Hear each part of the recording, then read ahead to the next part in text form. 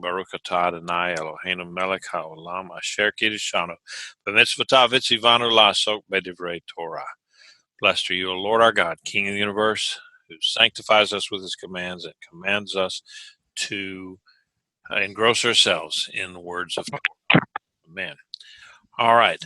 So let me do some stuff here with I'm going to go ahead and mute everybody. And if you want to say something, just unmute yourself. But what that does is it will keep everything much quieter for everyone because there is background noise a lot of times on that. Okay, so tonight we're finally shifting over into this last bit of the central campaign, which the Gibeonites, and we're going to be studying the Gibeonite deception. Now, to me, that just kind of sounds like a sounds like a Robert Ludlum or a Tom Clancy novel title. You know, like some of the things that they write. But anyway, that's what we're talking about tonight: is the Gibeonite deception. And we'll begin with our verses. Now, when all the kings who are west of the Jordan in the hill country and the lowland and along the shore of the great sea to the vicinity of Lebanon, the Hittites, the Amorites, the Canaanites, the Perizites, the Hivites, the Jebusites heard about it, they gathered themselves together as a unified alliance to fight against Joshua and Israel. So now the people that are listed here, the people groups that are listed here, were actually different identifiable people groups that had settled in Canaan over the centuries. And so the Hittites, they're for many years, people said, well, there's no such thing as a Hittite, and since there is no such thing as a Hittite, then the Bible must not be true. However, in the late 1800s, they started excavating some stuff, and then they found out, indeed, there was a people group called the Hittites, and that that the Bible here was not a mythology.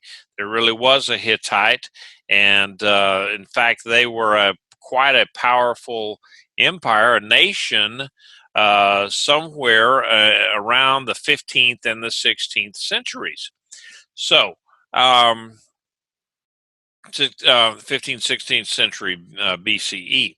So the Hittites, they're mentioned lots of times, about 50 times in the Bible, and they are descended from Het, the son of Canaan, and so that would make him a great grandson of Noah. And they actually ruled the area of Syria and eastern Turkey, and they battled Egypt and Babylon for territory, and Babylonian and Assyrian records refer to Syria and Israel as Hatti land, or from the land of the Hittites. And so definitely there were a people. Abraham was associated with them, and he bought the burial cave for Sarah from the Hittites. And Esau took wives from the Hittites. And Uriah the Hittite was one of David's mighty men. And so the Hittites were mentioned throughout the kingdom years, and even after the Jews returned from captivity. And so it's kind of assumed that they eventually just kind of got absorbed into the surrounding cultures, and they've lost their identity altogether. Now, we also had people like the Perizites, not parasites, and they were one of several groups of people that occupied the land of Canaan, and actually as early as the time of Abraham. So we're talking 500-600 years before before Joshua goes in there to conquer the land. And the Bible says, it talks about it in Genesis 15, where he was going to give to Abraham and his descendants the land of the Kenites, the Kenizzites, the Cadmonites, Hittites, Perizites, hard word, Amorites, Canaanites, Girgashites, and Jebusites. So anyway, he was going to give them all of the land of the ites to Abraham. And then, so there's, lots of things, mentions of the Perizites.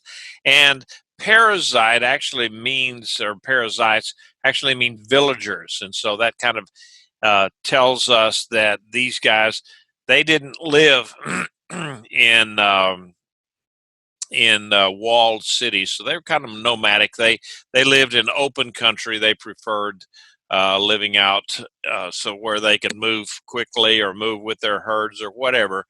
And so they didn't have big, powerful cities. They were more of a nomadic people, and they dwelled in the region south and southwest of Mount Carmel, and that's a real fertile area of Canaan. But they chose not to live in walled cities. So I kind of have to agree with them. That was a good choice. So the Amorites, they were an ancient nation. They were mentioned frequently in the Old Testament, and they're associated with one of the sons of Canaan.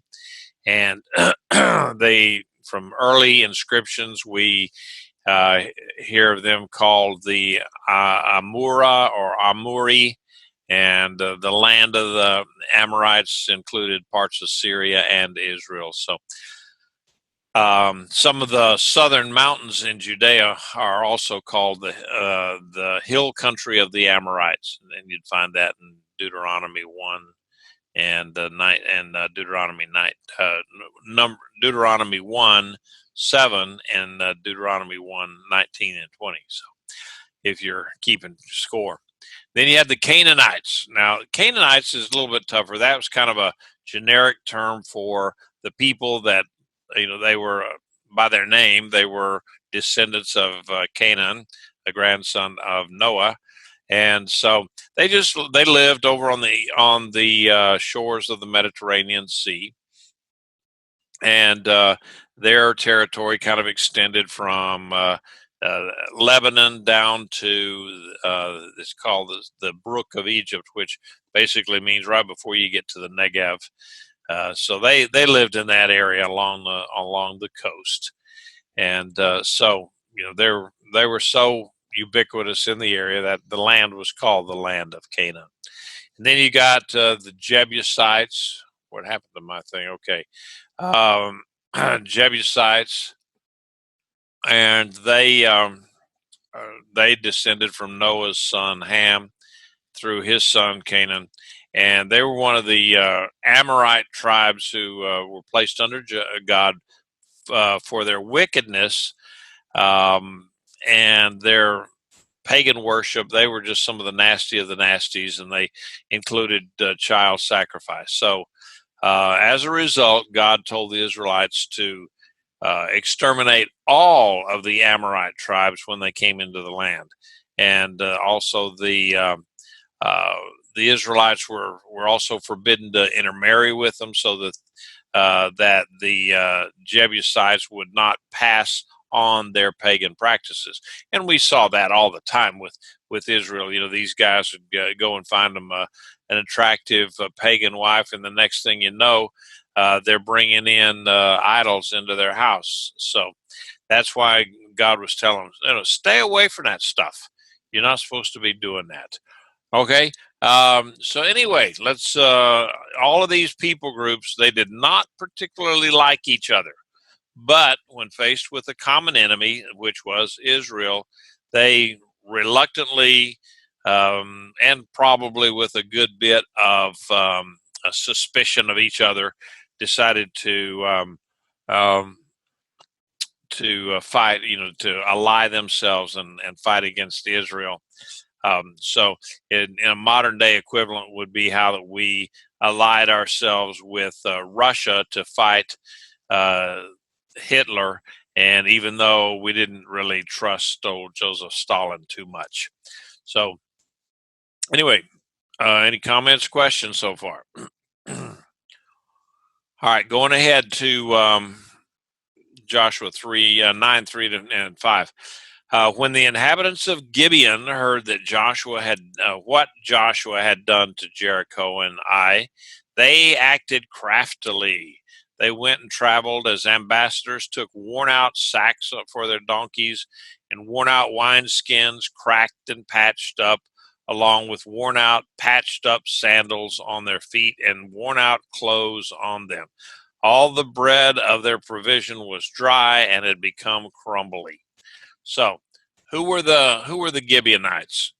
Now here's a map of where Gibeon was, the city of Gibeon here, and then around Gibeon there were 3 or 4 more other walled cities that were part of the Gibeonite clan, as it were. They were descended from the Hivites, which we don't know a whole lot about, and the Amorites, which I already talked about.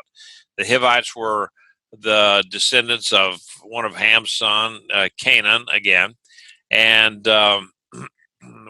and he was one that then occupied this area. So all these guys, really, a few generations back, they were all cousins.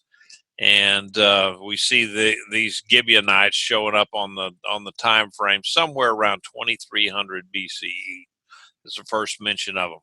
Now, going on, King Saul. We're going to talk about the covenant that Joshua made with these Gibeonites later on. But King Saul and his son violated that covenant, and hundreds of years afterwards, and they murdered some of the Gibeonites and planned to slaughter the rest. So this actually angered God, and so he because they had made a covenant and swore it before God that Gibeonites were to be protected. You weren't supposed to go against the Gibeonites. So God honored that covenant, even though it was kind of ill-conceived, ill-advised. But it was the only way that God started punishing Israel and Saul for that. And so the only way afterwards, Saul, he died, but the curse was still on Israel because they had violated this covenant. And so the only thing that would stop them is God told David, who is now in command, that to take 7 of Saul's sons and give it to the Gibeonites, and they hung them before the Lord at Saul's hometown in Gibeah. And so after that, the Gibeonites were no longer mentioned, and they believed that they were among the Nethinim, these ones that were selected to serve into the temple. So that's kind of a brief rundown of the Gibeonites before we go into talking about this this lesson here today. Okay, any questions on that? All right, so going ahead, and there were my notes that I forgot to put up there. So, all right, now this is where what Gibeon looks like today. See this big hill here? Well, that's where Gibeon was, 3,500 years ago. And then the cities have just kind of built around it a little bit, and then they leave this just like it is so that they give something for the archaeologists to play in. And you see cities all the way in the background there. So Gibeon is about, I think it's about 4 or 5 miles north of Jerusalem. It's not very far from Jerusalem. So going ahead.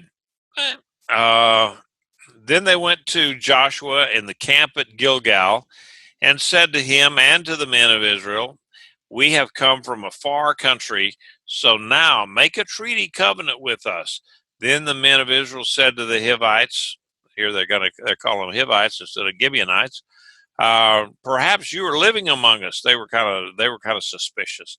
How then should we make a covenant with you? But they said to Joshua, we are your servants. And then Joshua asked them, okay, who are you? Where did you come from? All those kind of things. Now, kind of interesting that the English translation of verse 7 there, where it says, the men of Israel said to the Hivites, it's translated men of Israel, but the Hebrew word is ish. And which just means,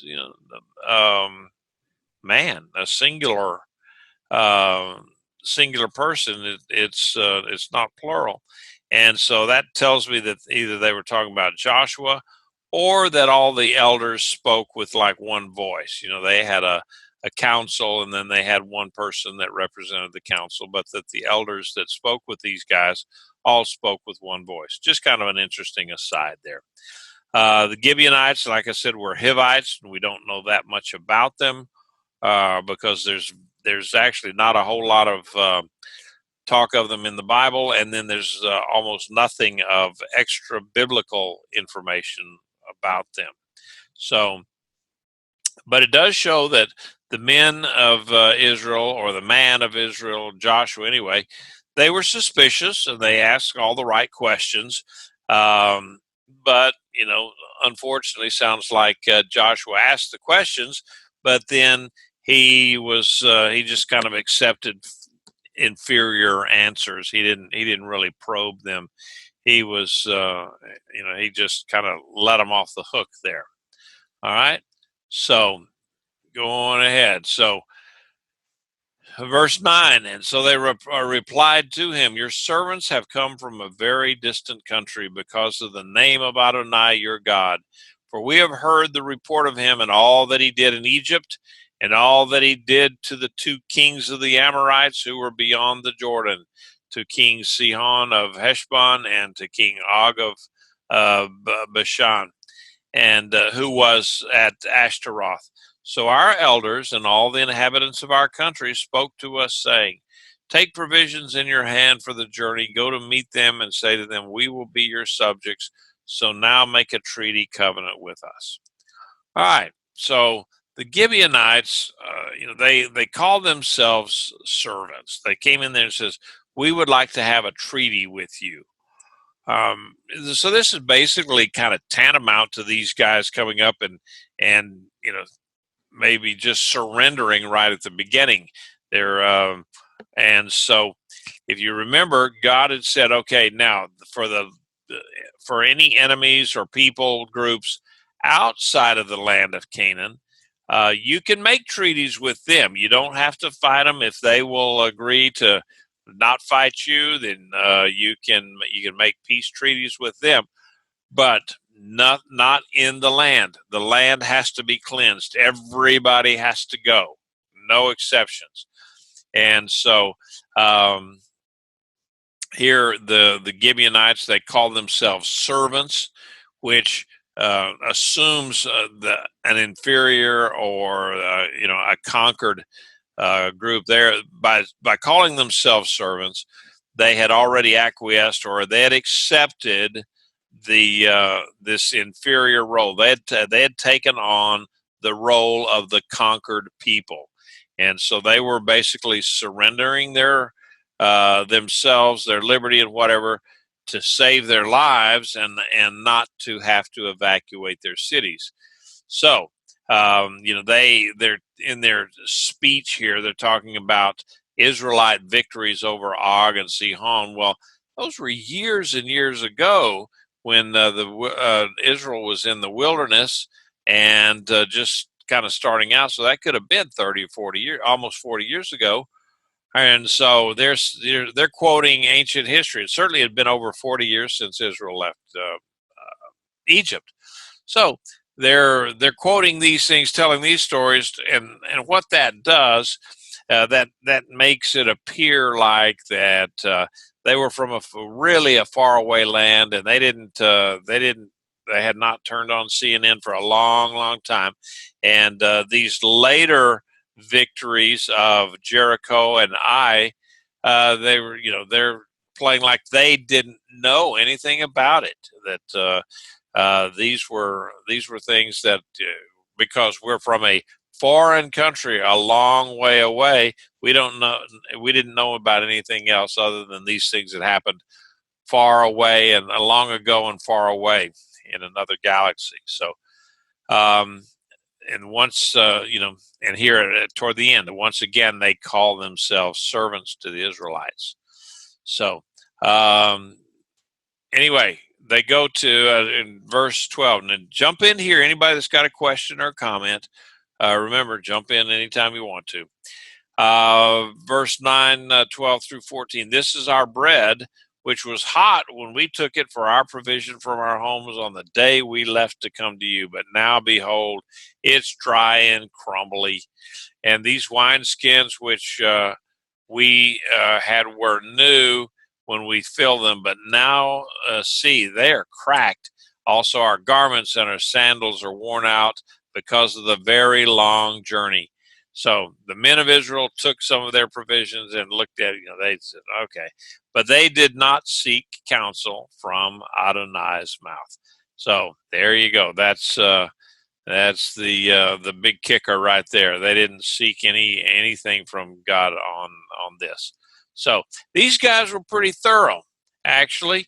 When you get right down to it, they were very clever in their ruse. They thought of everything from old clothes, worn out shoes, moldy bread, even some old wine skins. They must have been very convincing because the Israelite leaders they bought it hook, line, and sinker. I mean, they took it all. So so convinced were the Israelites that they didn't even ask God. They figured, hey, this is a no-brainer. We can these guys are from outside the country, and we can go ahead and they want a treaty with us. Yeah, we give them a treaty, no big deal. And so kind of easy for us to look at these guys and criticize, but I think far too often we do try to do things our own way without praying about it, and I'm thinking that probably quite a few of us have fallen victim to that kind of an idea, especially the more independent of us who have to do it our way. The Frank Sinatra among us. So anyhow, but they didn't ask God. So Joshua made peace with them, and he cut a covenant with them to let them live, and the leaders of the community swore to them. But came about that at the end of 3 days, after they had cut a covenant with them, they heard that they were their neighbors and they were living among them. So Joshua had cut a covenant. Okay. Now, what this is supposed to look like here, and it's the best picture I could find, is or the worst picture I could find, whatever. The idea of where they would take an animal, and that's what it meant to cut a covenant. They would take an animal and split it right down the middle, and they would hack it away, and they would split the thing. And I don't know who got the spine on one side and not the other, whatever, it doesn't really matter. But they split the animal right down the middle and laid it out. And then the two parties would walk right between these two, and some say that they even had a little liturgy that said something like, "May we be like these carcasses if we break the covenant." That's the idea of it, anyway. You remember when God cut a covenant with Abraham, the animals were split down the middle, but the difference was that then God caused a a deep sleep to come over Abraham. He fell asleep, and God walked through the middle of the animals, and that said then that was a unilateral covenant that God was making with Abraham. That no matter what, he was going to follow that covenant, regardless of what Abraham did, because at that point, then Abraham had no conditions that he had to follow. That it was unilateral, and God was going to take care and give Abraham what he said he was going to give him, regardless of anything that Abraham did, because he had already proved himself by his faithfulness, and God had counted that to him for righteousness. So it didn't take long for the deception then to be revealed. And 3 days, and they were discovered. So it's kind of interesting. So how come just 3 days is all it took, and yet these guys were able to pull this off? I don't know. But we do know that cutting a covenant was a very serious event. That's evidenced by the fact that later on Saul broke the covenant, and God was not happy, and he took it upon or put on Israel a judgment until there was an atonement for that. So, all right. Any comments or questions so far? We're kind of going through this real fast tonight, but it was not a terribly involved lesson going on. So, and I would also just kind of notice here, you see a little bit format changing here with some of this stuff. That is because my daughter was over here helping me out with the notes. She's a whole lot more creative than I am. And so she put some of this stuff together and made it look really nice. So you get a little treat tonight. Don't count on it next time. All right. So, plus, because I won't be here next week, I'm going to be at a leadership conference and going to be talking about, I got to put together something on discipleship for this conference. So anyway, I will be gone next week. And then as soon as that conference is over, we are heading to Texarkana to see a brand new little granddaughter that will be born on Thursday. So yay, mazel tov to me. All right. Let's go ahead. So Bnei Israel journeyed and came to their cities on the third day. Now their cities were Gibeon, Chephirah, Beeroth, Kiriath Jearim. Okay. And I don't know how to pronounce those things, but you're welcome to try it yourself. But Bnei Israel did not strike them because the leaders of the community had sworn to them by Adonai, God of Israel. Then the entire community murmured against the leaders. But all the leaders answered the entire community, look, we have sworn to them by Adonai, God of Israel, so now we cannot touch them. This is what we will do to them. We will let them live, lest wrath be on us because of the oath which we swore to them.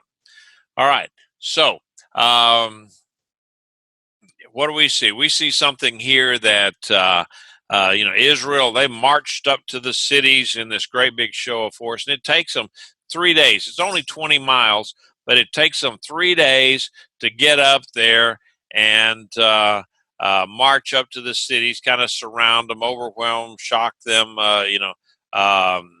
shock and awe, however that's supposed to be. And but they didn't fight them.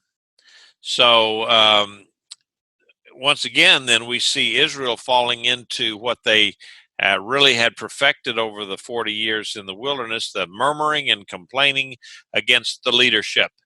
And so probably, the way I look at this stuff is that the Israelites, they'd got a taste of this victory business at Jericho and Ai.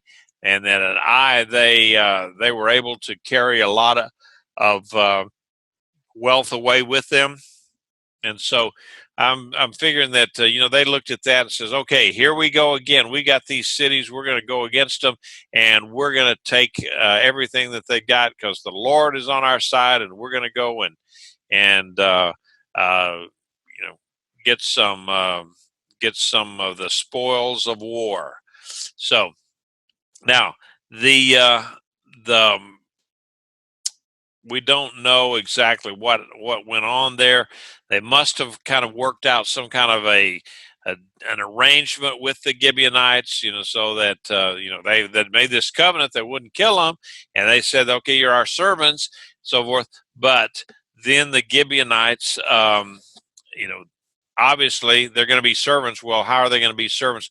They would have to work out some kind of a deal where they had a draft or something where, okay, you guys now are going to be working for Israel for the next 2 years, and then we'll change it over and somebody else gets to work for them. So we don't know. There had to be something like that. But anyway, the leaders there, I got to hand it to the leaders. They didn't back down. They just got up in front of the people and said, look, we took this oath. We made an oath before God, and we're not going to break it. But at the same time, the leadership was still guilty of not consulting with the Lord prior to making this treaty with Gibeon. And that's something a lot of times when we run into situations that you kind of got this little sneaking feeling that, oh man, this doesn't look right. And when you're in business, sometimes if it's just too good to be true, then guess what? It probably is. So it's just one of those kind of deals that if you get that little that feeling in your kiskus, your guts there, you say, I don't like this, and then that may be a way that the Holy Spirit is just telling you that, back off on it. That door is closing. Don't go and knock the door down. So anyway, any comments or questions so far? All righty then. Okay, in 21, verse 21, said, yes, let them live, the leader said further, but let them chop wood and draw water for the entire community. So the leaders decreed concerning them. Then Joshua summoned them, and he spoke to them, says, why have you deceived us, saying that we are from far from you, when you are living among us? Now, therefore, you are cursed, and you will never cease to be servants, wood choppers, and water carriers for the house of my God. So they put these guys really into servitude for the tabernacle and for the service of God. So they said that forever and ever. And so as long as there was a tabernacle or a temple, there were some Gibeonite Hivites that were carrying wood and water, chopping wood and water. So anyway, so the leadership here, the people are saying, hey, you're really cheating us out of some serious booty here from the spoils of war, and we could really be rich and so forth. But the leadership then offers a compromise. It says, look, the Gibeonites would become servants of Israel, and basically the menial labors for Israel. You keep hearing this stuff in our own country about immigrants that they're doing the jobs that Americans won't do. Well, the Israelites definitely had to chop wood and they had to carry water, but it was tough work. And so now here they're saying, look, we're going to make these guys chop the wood and carry the water, and they're going to be doing it until the Messiah comes. And so that's, they said, okay, this is a good deal, maybe. And so remember that this was in the Bronze Age. This was not yet in the Iron Age. So iron tools really had not come into the plan yet. So chopping the wood with an axe, either was it a bronze axe or was it a stone axe or what? Tough work, especially if some of those trees that they have out there in the desert. Those are real tough specimens. So, and then hauling water. A lot of times back in those days, either they had a well, which they would dip one of these clay pots. Well, the clay pot was heavy in itself, and so they'd lift up put the clay pot in there, and maybe they'd get I don't know, 3 or 4 gallons of water in there. Say they got 4 gallons of water in this pot, and that would be a big pot. But the pot itself would weigh 10 pounds or better, and then if you got 4 gallons of water, then you got 32 gallons or 32 pounds there, and so the whole thing would be 40 pounds or more, 42 pounds or more, and so that adds up after a while, and so it was just hard work, and just think of when Rebecca, she drew water for all of those camels, and so that was a lot of work. I mean, that gal had 20, a gallon. Cynthia reminded me that one camel can drink 20 gallons of water. So, and so he came with a big old caravan, and so that was a lot of work. And so that's why they said, okay, being wood choppers and water carriers, that's a lot of hard work. So, the general population wasn't really keen on the idea, but they went along with it because that would be sort of like a spoil of war. But having servants for eternity, that can be kind of appealing too. So, and anyway, they get there, and Joshua was talking, and he actually admits that, okay, we got snookered by these guys, and so my bad, but here's where we're going to get out of it. So that's he did turn a bad situation around. So following on to the end, Joshua. So they answered Joshua and said, it was because your servants were clearly told that Adonai your God had commanded his servant Moses to give you all the land and to destroy all the inhabitants of the land before you. So we were very afraid for our lives because of you, so we did this. Now, behold, we are in your hand. Whatever seems good and right in your eyes to do to us, do it. Thus he did to them, delivering them from the hand of Bnei Israel, so that they did not slay them.